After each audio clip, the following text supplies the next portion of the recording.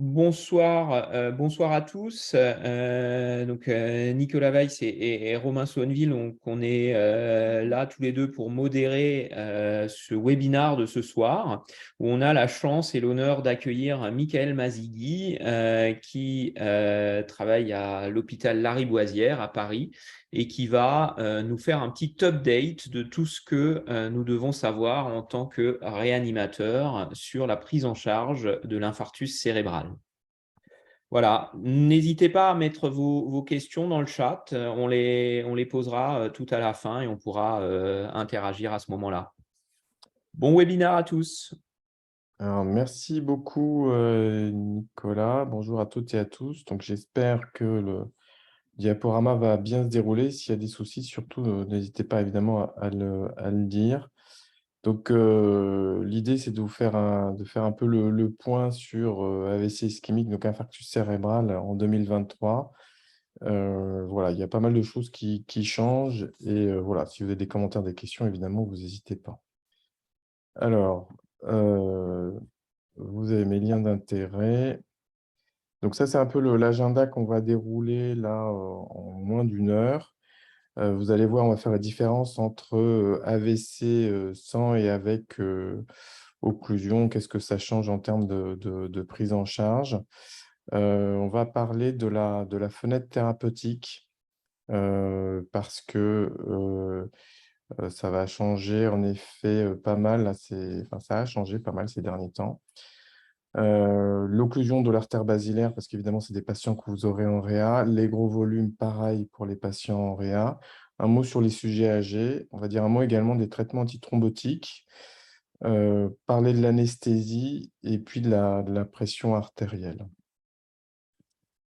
Donc, quand vous prenez en charge les patients, évidemment, il y a 2 aspects qu'il faut avoir en tête toujours. C'est le parenchyme cérébral pour l'ischémie artérielle, mais c'est aussi les vaisseaux et notamment, en gros, pour la situation d'urgence, c'est est-ce qu'il y a une occlusion d'un gros vaisseau intracrânien, oui ou non? Parce que ça change un peu la donne. En effet, si vous n'avez pas d'occlusion des gros vaisseaux identifiés, le traitement de référence, c'est la thrombolyse IV, l'altéplase ou la ténectéplase. On peut en reparler à la fin si vous voulez. Je ne rentrerai pas dans les détails, mais on a ces 2 possibilités-là.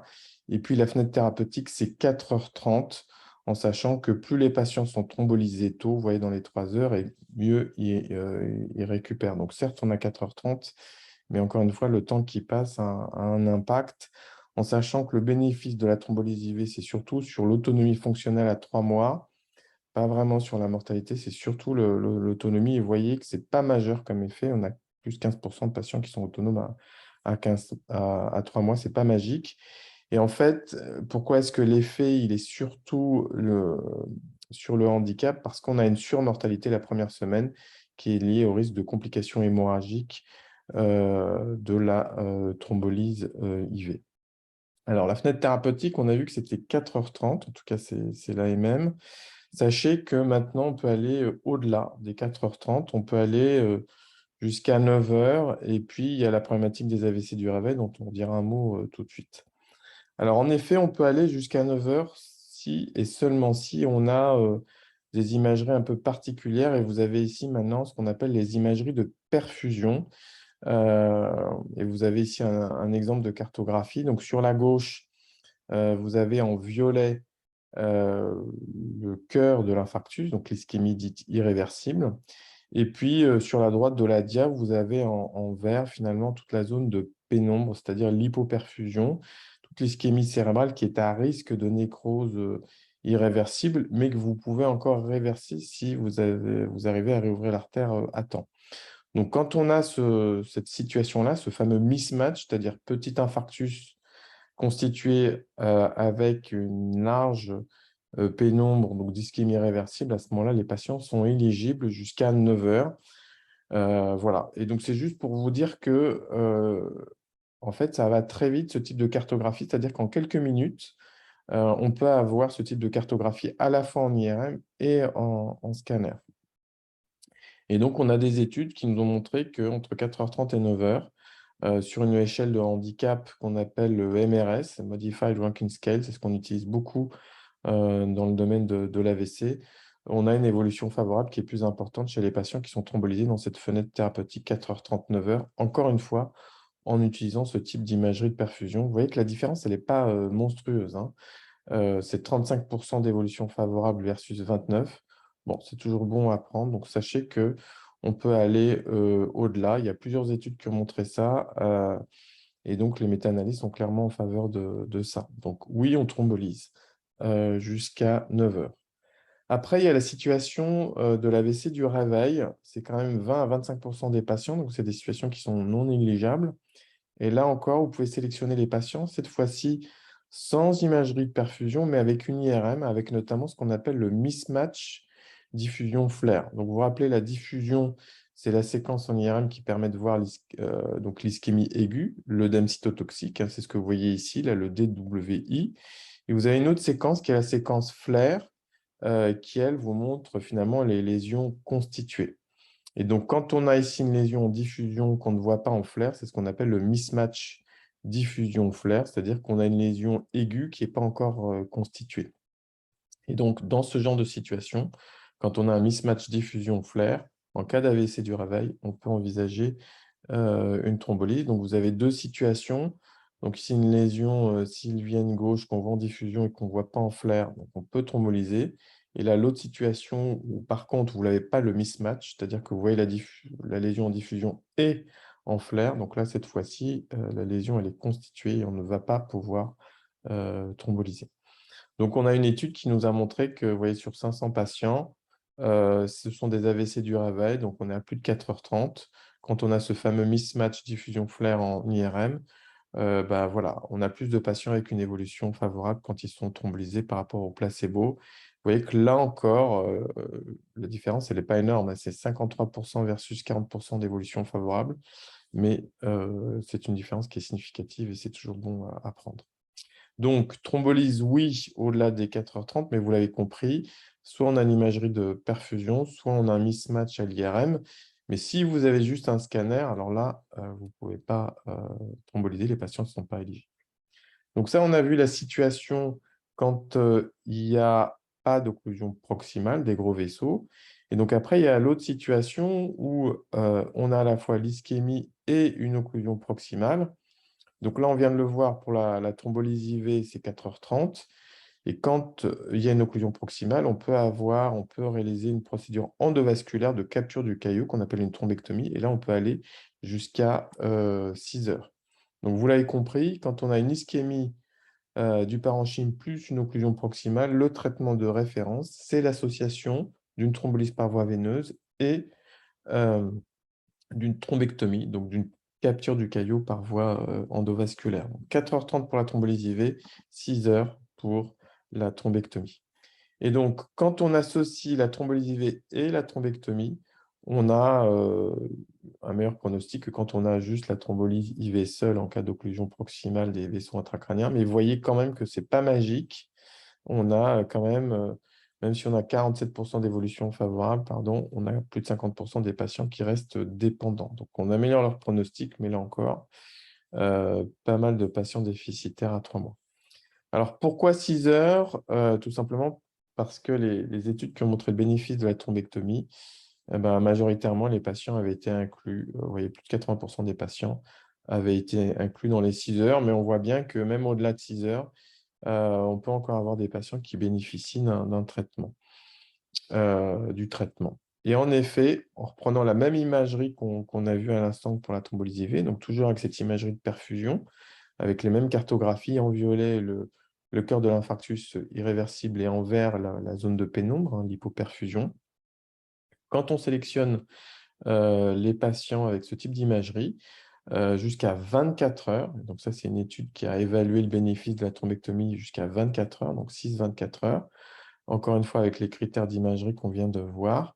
Lorsqu'ils sont randomisés thrombectomie plus traitement médical versus traitement médical seul, eh ben, on a clairement une évolution favorable dans quasiment 50% des cas dans le bras de thrombectomie versus 13%, avec un effet très très important, un nombre de patients à traiter de 2. Dans cette étude-là, il n'y avait pas d'effet sur la mortalité. Il y a une deuxième étude qui a confirmé ces résultats, avec cette fois-ci un effet sur la mortalité.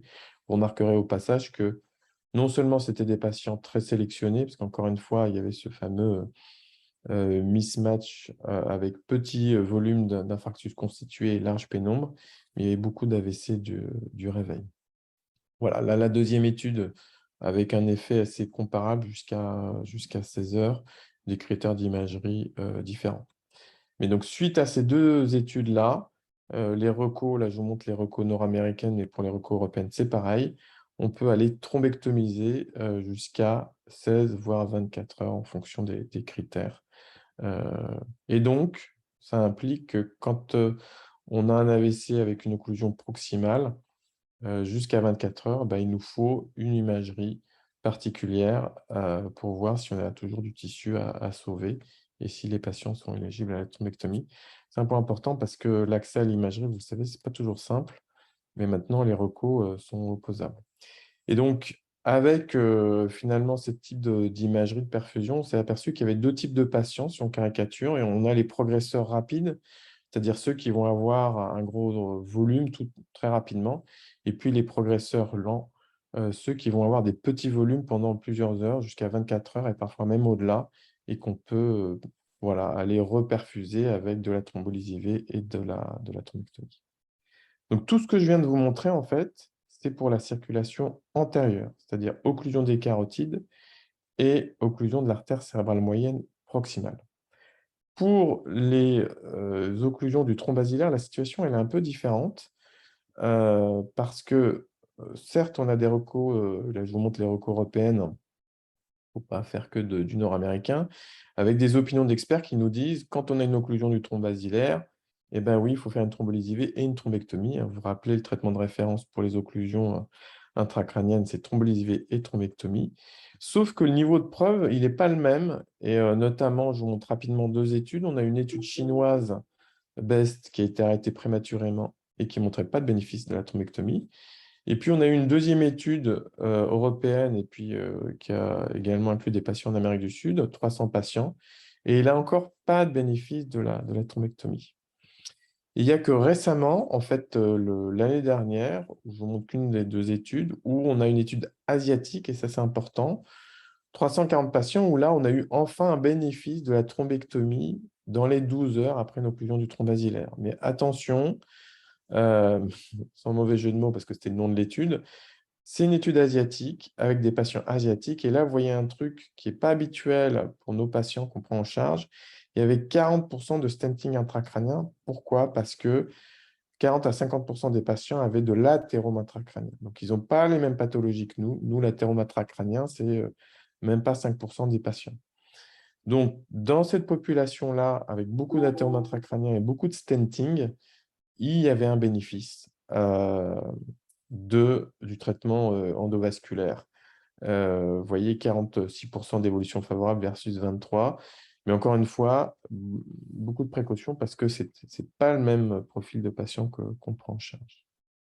Alors, les gros volumes, vous savez que les gros volumes, normalement, c'est des contre-indications aux stratégies de reperfusion, que ce soit la thrombectomie ou la thrombolyse IV, parce que ça saigne beaucoup. Plus l'AVC est étendu, plus ça saigne. Et alors là encore, les recours européennes étaient assez, on va dire, punchy parce qu'elles proposaient, pour les AVC sévères, l'absence de limite supérieure pour le score de NIHSS, qui est un score d'évaluation de gravité initiale. Ils proposaient donc une thrombectomie chez ces patients-là, et même pour ceux qui avaient des gros volumes. Et alors, il faut savoir que récemment, l'année dernière et cette année, on a eu des études qui ont évalué les patients qui avaient des gros volumes. Alors, il y a des scores radiologiques, ici le score ASPECT, qu'on peut avoir en scanner en IRM, qui permettent de sélectionner ces patients avec des gros volumes. Et ces études qui ont thrombectomisé ces patients-là ont montré un bénéfice de la thrombectomie avec, vous voyez, 30% d'évolution favorable versus 13 pour ceux qui ont eu le traitement médical. Là, je vous montre l'étude qui est parue, une des études qui est parue cette année, où là encore, un bénéfice de la thrombectomie pour les patients qui ont un gros volume. Alors, je voulais quand même vous montrer ce graphe-là qui a l'air un peu indigeste, mais qui vous montre finalement l'évolution des patients. Donc, l'évolution favorable, c'est ici le MRS 0,2, c'est le score de handicap à 3 mois, en fonction de l'âge et du temps pour réouvrir l'artère, en fonction de 3 situations, les petits volumes d'ICC, 75, et puis ici les plus gros volumes. Et ce que vous pouvez voir, c'est qu'en fait, les patients jeunes, 40-50 ans, qui sont pris en charge avec des petits volumes, c'est les fameux progresseurs lents, mais on a l'impression qu'il n'y a pas beaucoup d'effet du temps, c'est-à-dire que l'évolution favorable, on l'obtiendra dans 80% des cas.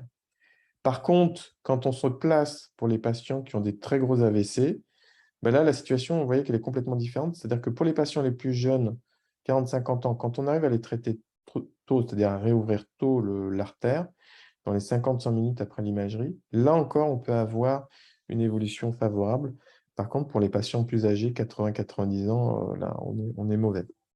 Donc, l'idée, c'est de dire quand même que même pour les très gros, les patients qui sont jeunes, qu'on arrive à déboucher rapidement, là, il y a clairement un bénéfice. Alors justement, les patients âgés, ce qu'il faut retenir, c'est que les patients âgés, ils bénéficient tout autant que les plus jeunes des stratégies de reperfusion. Donc l'âge seul n'est pas un critère suffisant pour exclure les patients des stratégies de reperfusion. Donc il n'y a pas de limite d'âge actuellement. Et ça, c'est valable également pour les fenêtres thérapeutiques élargies, c'est-à-dire 6 heures, 24 heures, donc jusqu'à 24 heures, quand les patients ils sont sélectionnés sur les fameuses imageries de perfusion qu'on a vues, il y a encore un bénéfice. Donc encore une fois, je ne parle pas des comorbidités associées, c'est uniquement l'âge seul, plus de 80 ans, il y a un bénéfice qui est quasi identique. Alors, les antithrombotiques. Les antithrombotiques, ce qu'il faut avoir en tête, c'est que, vous avez vu, hein, les patients qui sont traités avec une stratégie de reperfusion, c'est thrombolyse IV, thrombectomie. Donc, ça veut dire que la plupart du temps, on a de la thrombolyse IV. Et donc, les patients qui sont thrombolysés, quand on leur rajoute des traitements antithrombotiques, et par exemple l'aspirine, alors là, vous avez une dose de 300 mg parce que c'était une étude nord-américaine, donc c'est des doses un peu nord-américaines. Mais donc, quand vous voyez l'association de l'aspirine dans les 90 minutes qui suivent la thrombolyse IV, en général, ça ne se passe pas bien parce que les patients saignent. Vous voyez ici le taux d'hémorragie intracrânienne symptomatique, il est multiplié par 10. Donc, c'est pour ça que chez tous les patients qui sont thrombolysés et par extension, les patients qui sont reperfusés par voie endovasculaire, en général, on n'aime pas rajouter et associer des traitements antiplaquettaires ou antithrombotiques parce que ça saigne plus.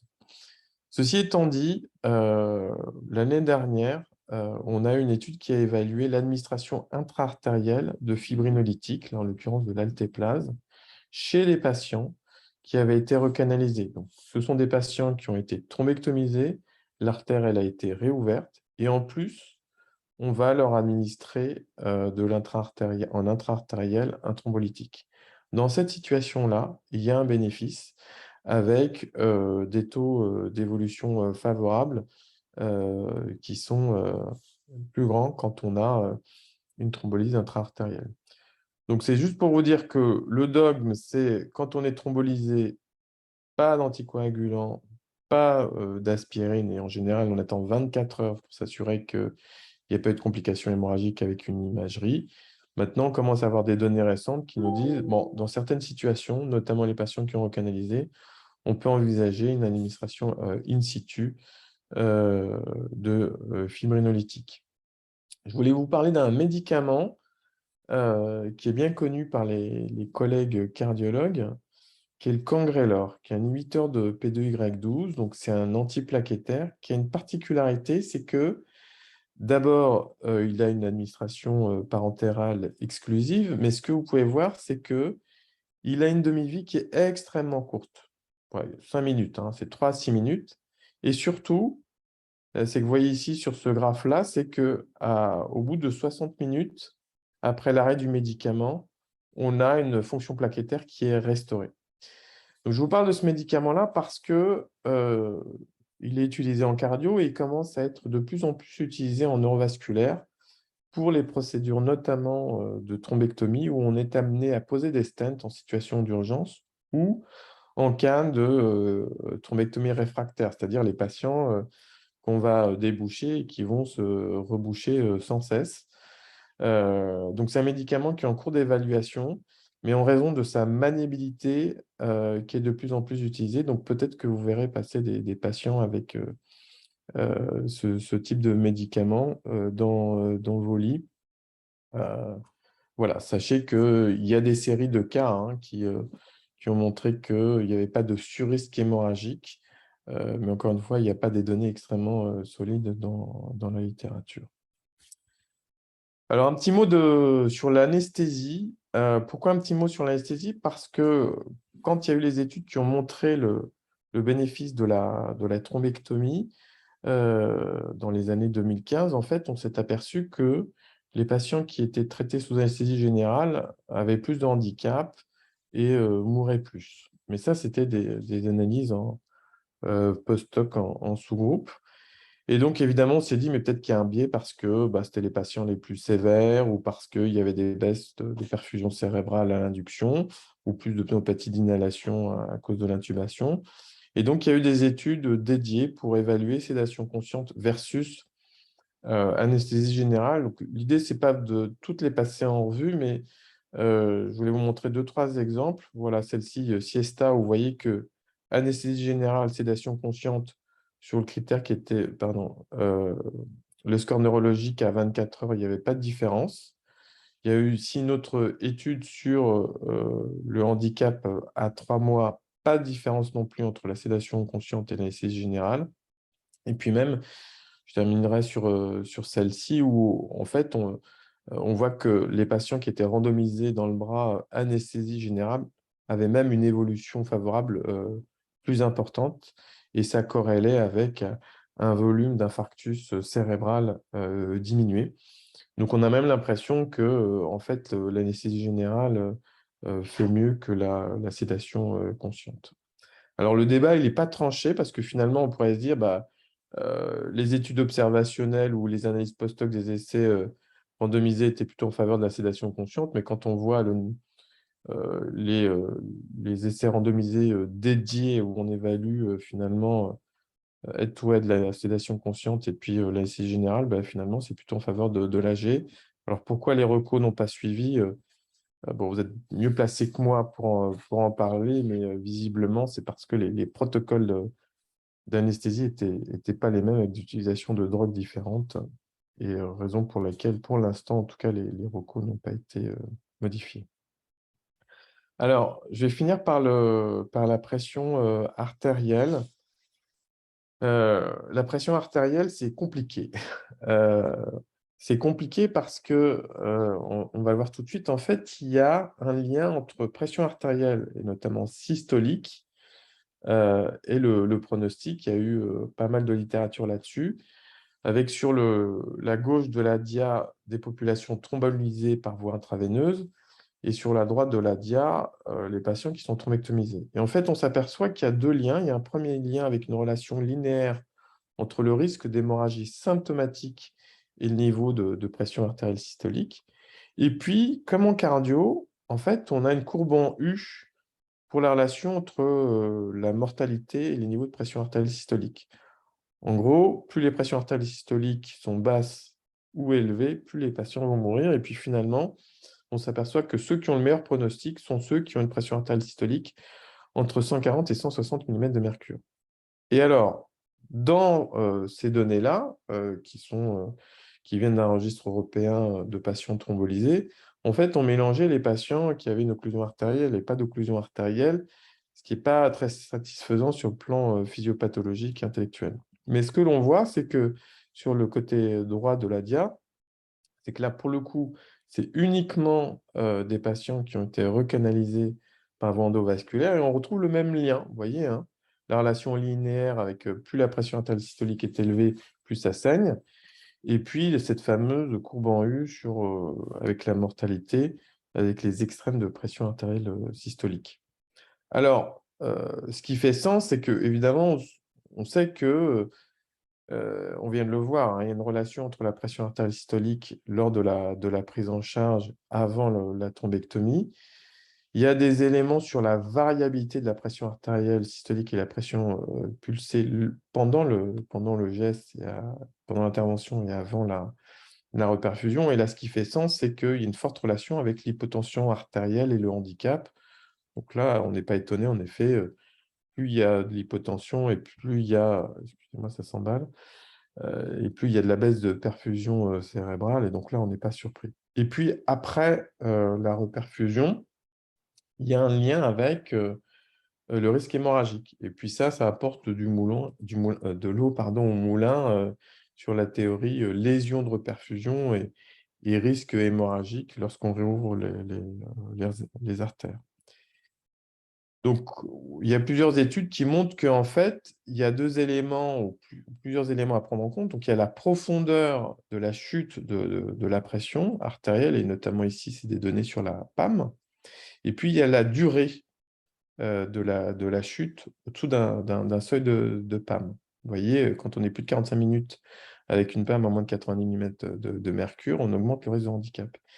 Et ce qui est intéressant aussi de voir, c'est que non seulement il y a la chute de la PAM, mais il y a aussi l'augmentation de la PAM par rapport à la PAM initiale. Et donc, c'est intéressant de voir que même des variations de plus de 10% par rapport à la PAM initiale, décidément, sont associées à une augmentation du risque de handicap. Et donc, ces données-là, qui sont des données rétrospectives, ont l'air de suggérer que finalement, plutôt qu'une cible de PAM pour tous, il faudrait une PAM individualisée pour chaque patient, et la maintenir finalement avec une fenêtre assez réduite, c'est-à-dire plus de 10% et moins de 10%. Alors, ce qui fait assez sens, parce qu'on se dit que finalement, le patient jeune là, qui a fait sa dissection, la régulation de la pression artérielle ne va pas être la même qu'un patient qui a 80 ans et qui est hypertendu au long cours. Donc ça, c'est intéressant parce que ça bat un peu en brèche, finalement, l'idée de mettre la même pression artérielle, pour tous. Et puis après, il y a le concept de lésion de reperfusion et notamment du risque hémorragique. Et alors, beaucoup de centres, notamment de neuroradiologie interventionnelle, une fois que l'artère elle est réouverte, ils font baisser la pression artérielle de façon assez drastique, et en mettant la pression artérielle systolique en dessous de 130. Donc ça, c'est une stratégie que nous, on a évaluée, donc moins de 130 versus les recommandations qui disent juste moins de 185. Et sur le risque hémorragique évalué à l'imagerie, finalement, il n'y a pas de différence. Donc, je vous montre cette étude parce elle est française, mais il y a 2 autres études qui sont sorties, enfin une qui est sortie, une qui est sous presse, et qui montrent que, en fait, même avec des stratégies encore plus agressives, moins de 120, non seulement il n'y a pas d'effet sur le risque hémorragique, mais surtout, c'est délétère sur le plan du handicap, c'est-à-dire que les patients sont plus handicapés. Donc, au jour d'aujourd'hui, la théorie de dire on va faire baisser la pression artérielle pour éviter les lésions de reperfusion, les données de la littérature ne sont pas en faveur de prise en charge agressive de la pression artérielle chez les patients qui sont reperfusés, notamment pour lutter contre le risque hémorragique. Du coup, les recos, alors je vous montre les recos européennes et nord-américaines. En fait, on est un peu sur notre faim mais elles sont le reflet des données, c'est-à-dire qu'elles disent juste il faut viser moins de 180-105 pendant et après la thrombectomie. Et ça, c'est pas très satisfaisant parce qu'on ne fait pas la différence entre les patients qui ont été recanalisés et ceux qui n'ont pas été recanalisés. Donc, c'est pas, encore une fois, pas très satisfaisant. Et les dernières recours européennes, ce qu'elles disent, c'est que il faut éviter les chutes de pression artérielle. OK, bon, ça, on s'en doutait, parce que pendant la procédure, avoir des chutes importantes, c'est pas terrible. Mais là où il y a un positionnement des recours européennes par rapport aux recours nord-américaines, c'est que, vous voyez, qu'elles se prononcent contre l'utilisation d'antihypertenseurs pendant les 24 premières heures et contre des cibles à moins de 130 millimètres de mercure. Donc en gros, on va traiter si c'est très élevé au-delà de 180-110, mais on ne va pas faire baisser activement la pression artérielle. Et du coup, c'est un peu comme la glycémie.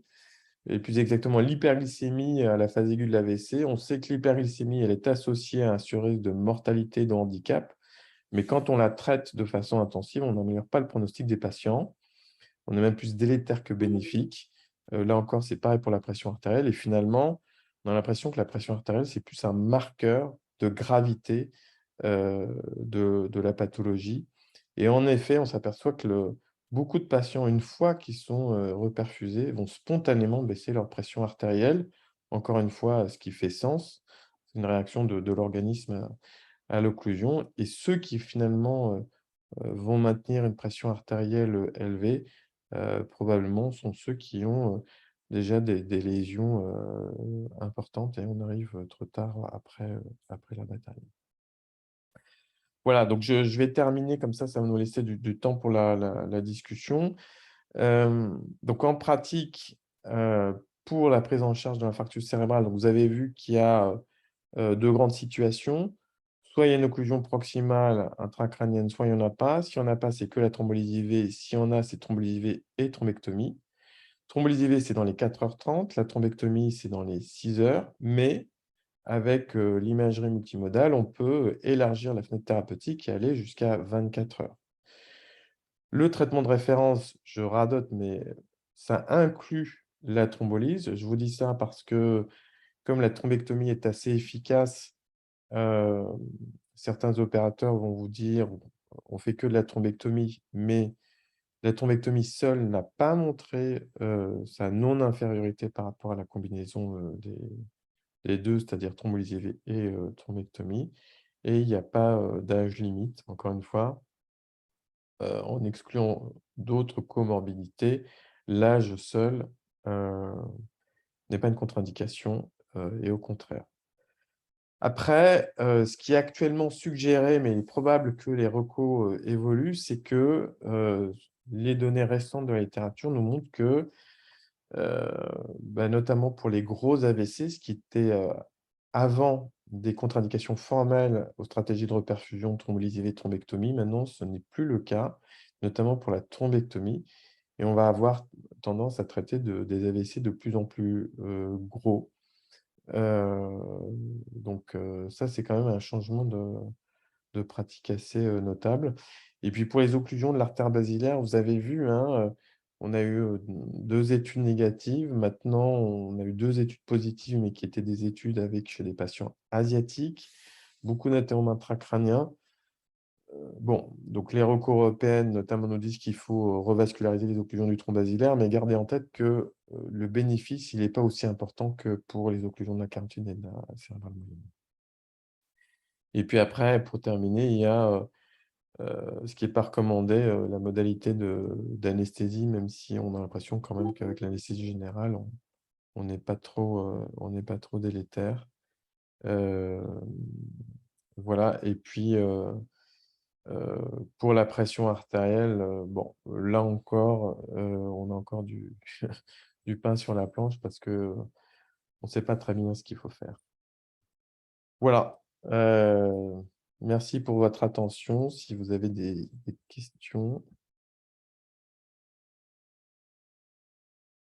Merci beaucoup, Michael, pour cette superbe présentation où même les plus âgés apprennent encore, des choses. Alors, n'hésitez pas à poser des questions, dans le chat. Donc il y a une première question: quelle est la meilleure stratégie pour la prévention du risque thromboembolique chez le malade victime d'un AVC hémorragique? Alors, on parle bien du risque veineux, hein? On ne parle pas du risque, artériel, hein? Donc, Je pense c'est comme ça que je l'ai compris aussi, mais ouais, si jamais donc, c'est pas ça, il nous redira. OK. Donc, ce qu'on fait en tout cas, ce qui est recommandé actuellement, c'est qu'on fait une imagerie de contrôle systématiquement quand il y a une hémorragie cérébrale à 24 heures et s'il y a pas de croissance de l'hématome, on peut introduire, des HBPM à dose ISO, donc le Venox, 0,4. Après, dans l'intervalle, il y a toujours les compressions, pneumatiques intermittentes. Par contre, on est assez opposé aux bas de contention, hein. Les bas de contention, nous, les données que l'on a pour le stroke montrent que ça n'apporte rien sur le risque de thrombose veineuse des membres inférieurs. Par contre, ça augmente le risque de lésions cutanées, notamment d'escarres. Donc c'est soit compression pneumatique intermittente ou soit, HBPM, à dose ISO à partir du moment où on a montré que, il n'y avait pas de progression de l'hématome parce que, bon, malheureusement, vous le savez, il y a toujours un risque de progression de l'hémorragie cérébrale, donc de récidive hémorragique, notamment les 24 premières heures. Ok.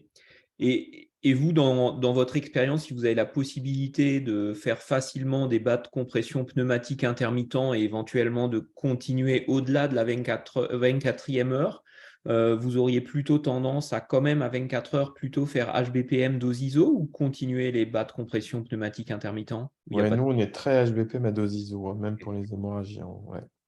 Ok. Est-ce que vous avez d'autres questions?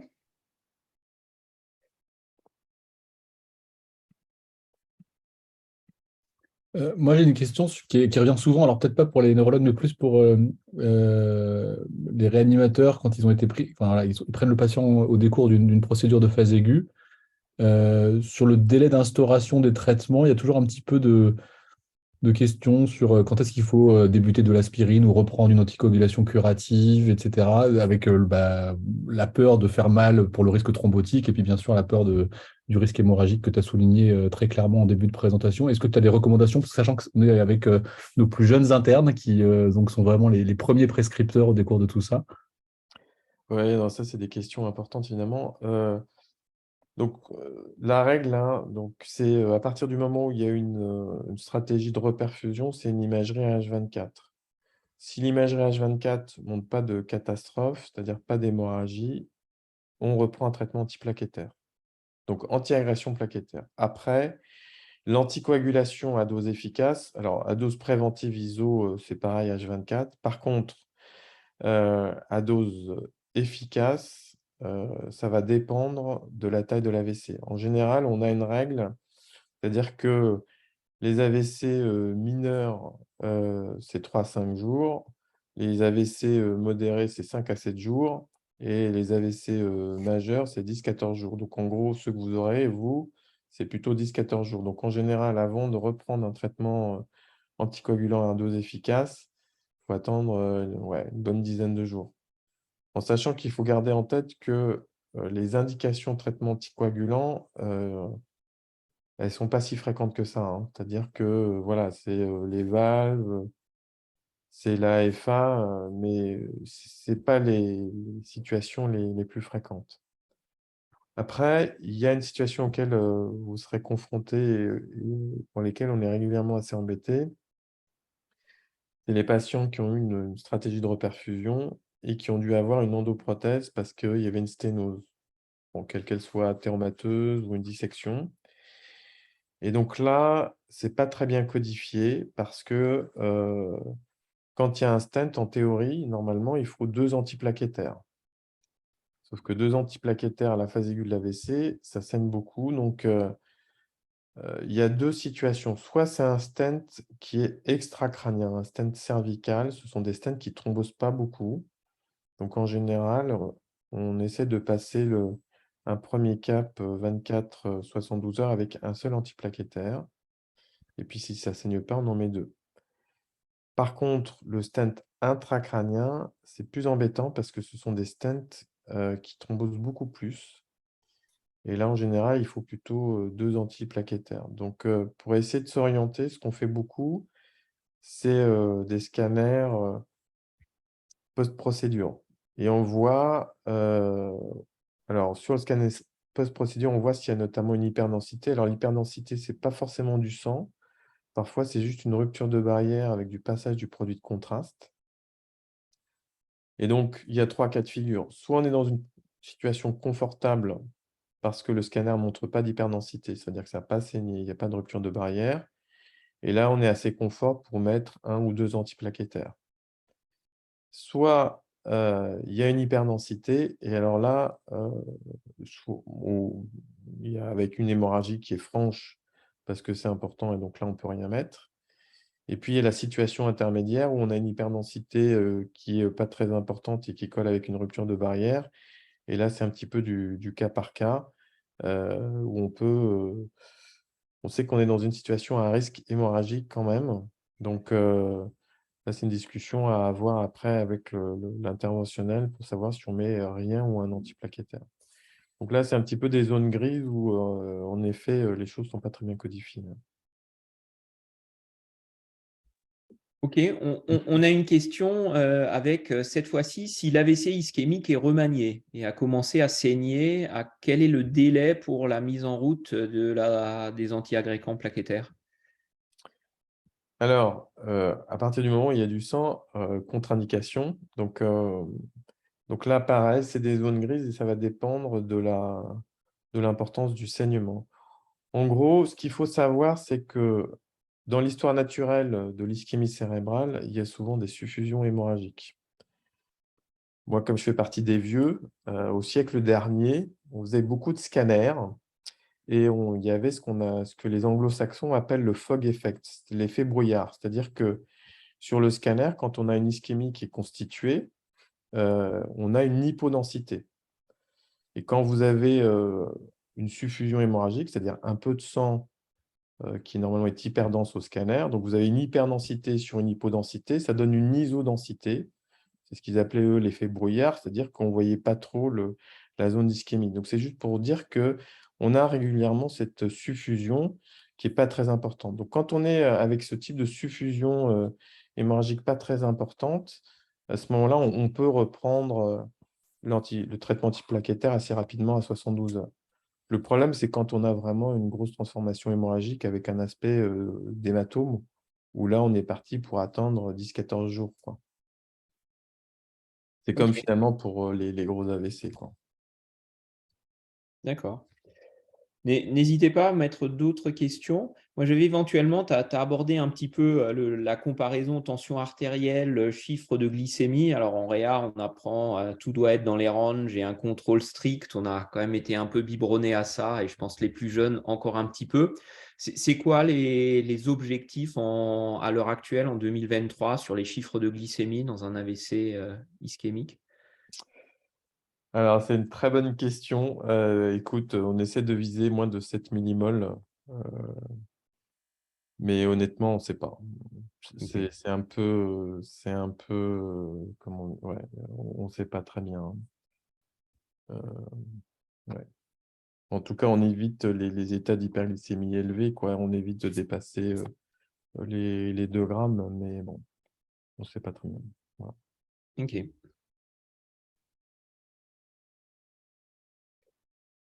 Est-ce que vous avez d'autres questions, d'autres remarques? N'hésitez pas, c'est le moment.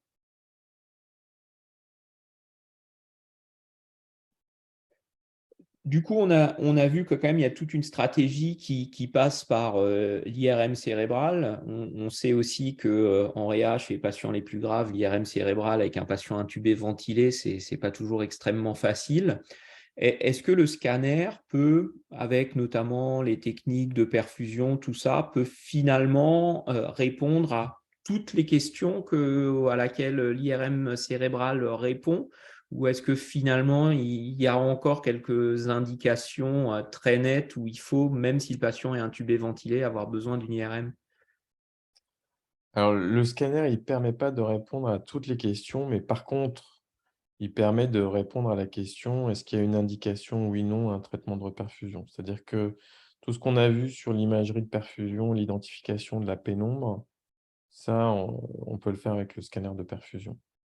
Voilà. Ok. Est-ce que c'est un message, ce que tu viens de rappeler, est-ce que c'est un message qui est plutôt récent? Parce qu'en fait, on a été un peu éduqué avec l'IRM de diffusion pour tout le monde, nous en tout cas, et on a l'impression que maintenant, c'est plus visualiser le vaisseau et le parenchyme en même temps qui est primordial que faire une belle séquence ou moderne, que sais-je, voilà. C'est- Alors, c'est un gros débat en ce moment. En fait, il faut, savoir que nous, en France, on est un peu, c'est le village gaulois par rapport au reste du monde, hein. C'est-à-dire que toute la planète est très scanner et la France, c'est un peu un village gaulois à faire que de l'IRM ou surtout de l'IRM. C'est pas du tout représentatif. Non. Euh, donc ça, c'est un élément à avoir en compte. Après, je pense que il y a deux grandes situations, c'est-à-dire qu'il y a la situation où finalement on a besoin de savoir rapidement est-ce que ce patient il est éligible à une stratégie de revascularisation. Et puis là, je pense que le scanner, il fait bien. Après, c'est plutôt les situations difficiles. Occlusion du tronc basilaire, on est un peu tardif. Dans quel état est le tronc cérébral? Euh, c'est là où l'IRM va être plus performante, c'est que finalement, on va avoir des données plus fines sur l'état du parenchyme cérébral ou d'autres lésions récentes, qu'elles soient ischémiques et ou hémorragiques avec l'IRM. C'est là où c'est plus pour les cas complexes euh, où l'IRM va être supérieur. Mais j'ai envie de dire que pour les cas simples, tout venant, que le scanner il fait aussi bien. Mais c'est vrai que culturellement, on n'est pas habitué à ça. Et notamment aussi peut-être pour les questions de les belles courbes que tu montrais de volumétrie avec le pronostic en fonction de l'âge et de la reperfusion, ça, j'imagine que ce sont des données IRM aussi, donc c'est quelque chose qui est moins approchable du scanner ou pas? Je sais pas, en fait, j'en sais rien. Mais Mais... ouais, mais tu vois, ça, on peut l'avoir maintenant avec le scanner, hein, en théorie, hein. Ouais, Après, ça dépend des centres, mais dans d'autres régions de France, il y a des centres qui fonctionnent avec le scanner de perf et qui peuvent te donner ce type d'infos, hein. D'accord. C'est vrai que nous, c'est pas du tout des informations, Ouais, je pense que ni nous, ni les plus jeunes qui nous écoutent ont. ouais. Alors, les plus jeunes, ils peuvent pas parler parce qu'ils sont en mode webinar, mais ils nous écoutent, donc ils peuvent parler sur le chat. Merci beaucoup en tout cas. Merci. J'ai peut-être une dernière question, plus organisation des soins. On a été il y a quelques années dans le débat un peu, est-ce qu'il faut prendre les malades et les envoyer dans des gros centres qui peuvent faire, qui ont de la neuro-interventionnelle, ou alors finalement les envoyer le plus vite possible dans la petite unité de neurovasculaire locale qui ensuite décide d'envoyer dans un gros centre. Est-ce que c'est tranché dorénavant ou c'est toujours encore un peu en discussion?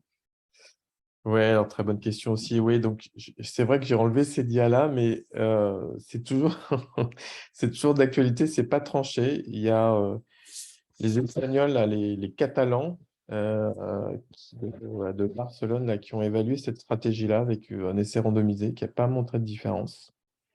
Donc au jour d'aujourd'hui, on ne sait toujours pas.